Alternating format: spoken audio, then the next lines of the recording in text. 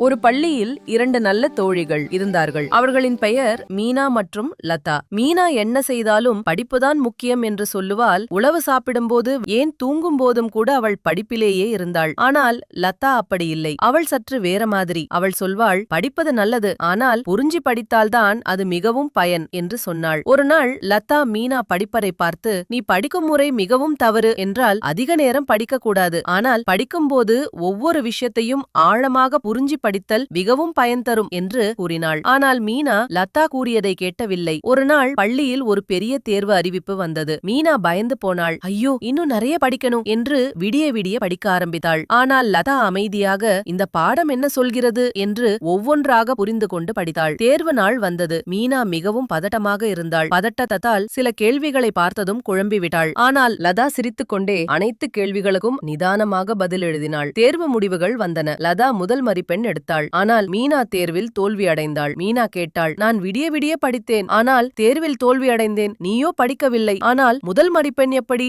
என்றாள். லதா சிரித்துக் கொண்டே, நீ அதிகம் படித்தாயானால் நான் புரிந்து கொண்டு படித்தேன், அதுதான் வித்தியாசம். அந்த நாளில் இருந்து மீனா ஒரு முக்கியமான நல்ல விஷயத்தை கற்றுக்கொண்டாள். புரிந்து படிப்பதுதான் உண்மையான வெற்றி என்று அவள் புரிந்து கொண்டாள்.